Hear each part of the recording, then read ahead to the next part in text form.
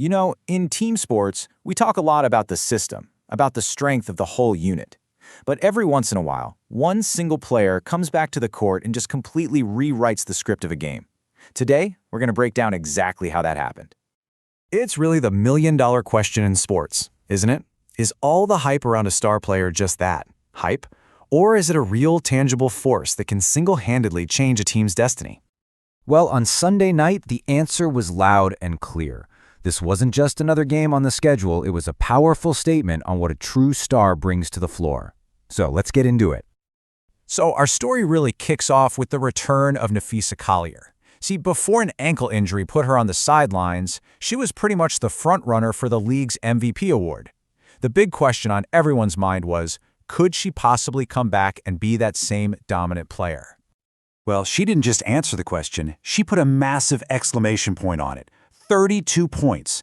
And this wasn't after a few games to kind of shake off the rust. No. This was in her very first game back from the injury. Now that is how you make a statement.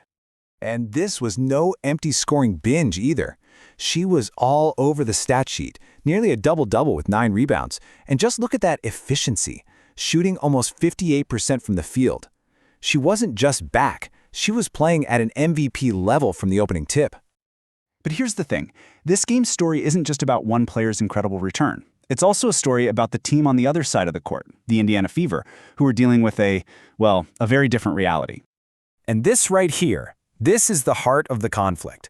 On one bench, you have the Lynx absolutely celebrating the return of their MVP candidate.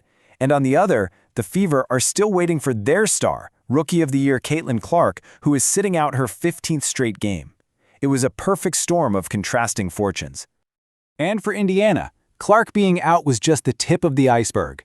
They'd already lost Sophie Cunningham for the entire season, and they were so depleted they actually had to sign 2 players to short-term hardship contracts just to field a full team. This wasn't just about missing a star. This was about being in total survival mode. So you've got one team getting their star back, the other just trying to patch holes. You might expect a blowout from the start. But the game was surprisingly competitive until one key moment. Let's look at the sequence that changed absolutely everything. Okay, so right as halftime was getting close, the Lynx just unleashed a furious 11-0 run. And while Collier was the star of the night, it was another player who was the catalyst for this specific game-breaking burst. Here's exactly how it went down. First, you get the spark. Maria Kliandikova either scored or assisted on every single point of the run. Then the takeover. Napheesa Collier keeps that momentum roaring with a tough turnaround jumper. And the result? The Lynx completely flipped the script, turning a deficit into a solid 7-point lead going into halftime. And that run? It wasn't just a temporary swing. It was the knockout punch.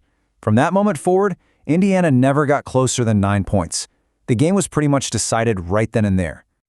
So, the narrative is compelling, for sure, but the numbers are just undeniable. Let's take a quick look at the stats that officially tell the story of Minnesota's absolute control over this game. First off, the star matchup. You got to give Kelsey Mitchell a ton of credit. She had a great game for the Fever, putting up 26 points. But Collier's 32-point explosion just set a completely different tone that Indiana couldn't match. But it wasn't a solo act, not by a long shot. Check out Courtney Williams from Minnesota. 14 points and a clean 10 assists with 0 turnovers. That is just elite playmaking. And on the Indiana side, shout out to Shey Peddy, one of those hardship signings, who stepped up big with a season-high 16 points. A really valiant effort. And Minnesota's offense as a team was just firing on all cylinders. I mean, look at these insane shooting percentages. They were hitting over 57% from the field and from three-point range. And then to top it off, they were almost automatic from the free throw line. It was just an elite, well-rounded performance. So, a dominant win for the Lynx, a tough loss for the Fever. But what does this one game really mean in the grand scheme of things, especially with the playoffs looming? For Minnesota, this win pushes them to an incredible 30-7 record, really cementing their place among the league's best. For Indiana, they fall to 19-18, and they just have to continue their gritty fight to stay competitive through all this adversity. And in a fun little scheduling twist, both teams will test their mettle against the very same opponent next, the Seattle Storm. So that brings us to our final question for you. As we head towards the postseason, what really captures your imagination more? Is it the story of a powerhouse team like the Lynx getting their MVP back and looking totally unstoppable? Or is it the story of a team like the Fever, just battling against the odds and showing incredible resilience. There's no wrong answer here. Let us know what you think down in the comments below.